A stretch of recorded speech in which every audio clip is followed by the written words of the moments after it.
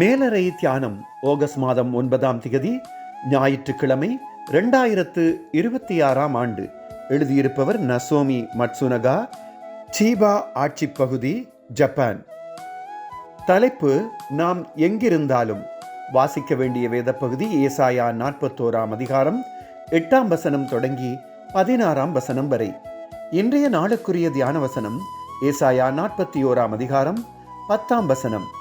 நீ பயப்படாதே, நான் உன்னுடனே இருக்கிறேன். திகையாதே, நான் உன் தேவன். நான் உன்னை பலப்படுத்தி உனக்கு சகாயம் பண்ணுவேன்.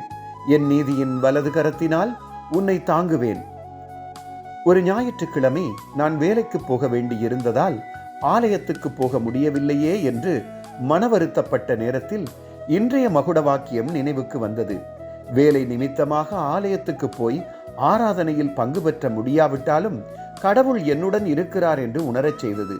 கோவிட்-19 தொற்று காலத்தில் நிகழ்நிலை ஊடாக ஆராதனையில் பங்கு பெற்றக்கூடியது ஆசீர்வாதமாக இருந்தது. ஒலிபரப்பை அந்த நேரத்தில் பார்க்க இயலாமல் இருந்தாலும் பின்னர் பார்க்கக்கூடியதாக இருந்தது. அதிகமான மக்கள் ஞாயிற்றுக்கிழமை வேலை செய்வதால் ஆராதனைக்கு போக முடியாமல் இருக்கிறார்கள்.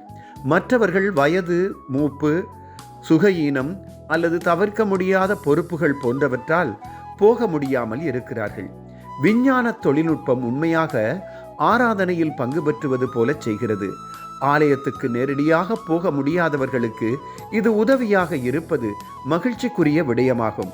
நாம் எங்கிருந்தாலும் கடவுளுடைய பிரசன்னம் எம்முடன் இருக்கிறது என்று ஏசாயா 41ஆம் அதிகாரம் 10ஆம் வசனம் எமக்கு உறுதி அளிக்கிறது. ஜெபம். அன்பான கடவுளே, கரிசனையுடன் எம்மை வழிநடத்துவதாக தந்திருக்கும் வாக்குறுதிக்காக நன்றி சொல்லுகின்றோம். ஆராதனைகளில் பங்கு பெற்ற சந்தர்ப்பங்களை தேட உங்கள் வழிநடத்தலை தாருங்கள். இயேசுவின் நாமத்தில் ஆமேன். இன்றைய நாளுக்குரிய சிந்தனை: நான் எந்த இடத்திலிருந்து ஆராதித்தாலும் கடவுளின் பிரசன்னம் அங்கே இருக்கிறது. கர்த்தருடைய அன்பும் இரக்கமும் அவரது பிரசன்னமும் இந்த நாளில் உங்கள் அனைவரோடும் கூட இருப்பதாக.